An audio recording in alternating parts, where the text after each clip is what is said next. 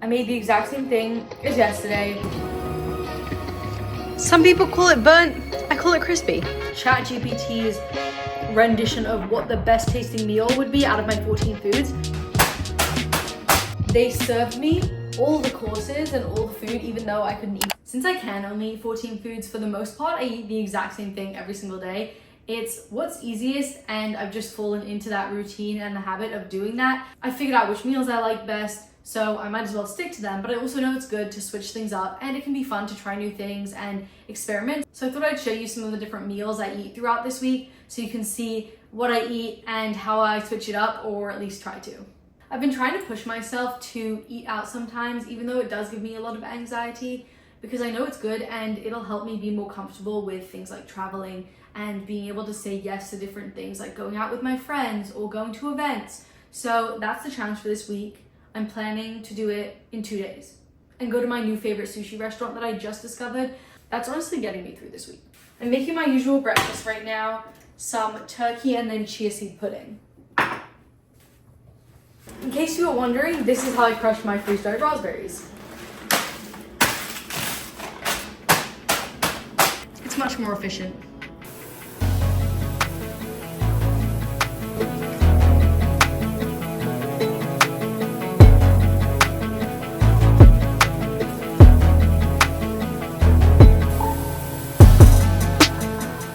I added some lime and then 2 types of salt.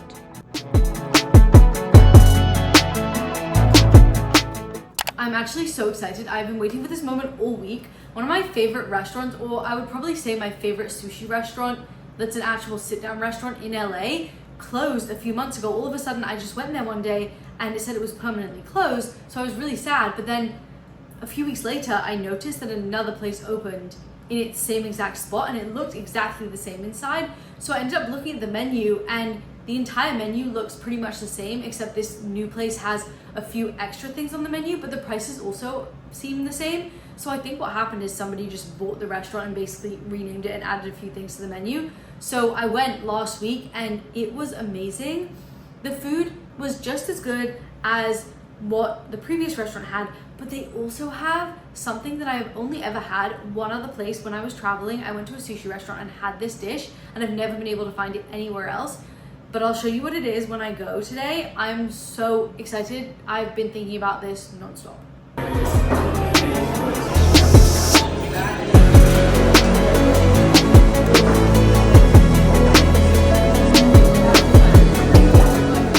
I just made this meal. It's actually it's supposed to be ChatGPT's rendition of what the best tasting meal would be out of my 14 foods. This is what it's looking like. The sauce is a date sauce. It's actually really good. I'm really surprised by it. And the fish, I cooked it in my new HexClad pan. It's actually delicious. I haven't tried cooking fish in my HexClad pan before this, but it gives it a really nice sear while still leaving it nice and moist in the middle. Very good. I'm making my dinner right now, the same dinner I eat every single day, but it's honestly so good, so why would I change? So in here, if you can see, this is kind of hard, I don't want to touch it. We've got green beans and 2 pieces of fish. Honestly, everything just tastes better in an air fryer. I'm adding some salt right now. I already added olive oil before. I'm going to put it back in the air fryer. I think the reason why my food tastes so good in the air fryer is because most people use a lot of seasonings to flavor their food. But since I can't use seasonings, my food relies on the Maillard reaction and that caramelization and browning that happens to get flavor, and the air fryer is just really good at doing that very easily. So I have that right now, and then when that's almost ready, I'm going to put some water lily seeds in my other air fryer that I have and get that started, because I usually have that and some fruit for dessert, and then also some cucumber. The cucumber is kind of a starter.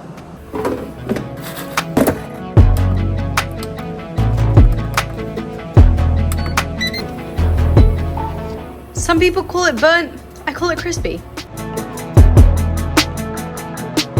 I've got my dinner, I just finished making it. I made the exact same thing as yesterday. Green beans with fish. Yes, I am wearing the same outfit. Don't question it, it was comfy, I liked it, so I'm wearing it again. But the weird thing is, even though I make the exact same thing every day, sometimes it just tastes really good for some reason. And today is one of those days, and I don't really know why. I posted a video about it and a bunch of people had different ideas. It might be the food itself, could be my taste buds are a certain way one day, but it just makes me happy when my food just tastes really good randomly. Today it just tastes really good. I don't have a reason, it just does, and I'm not mad about it.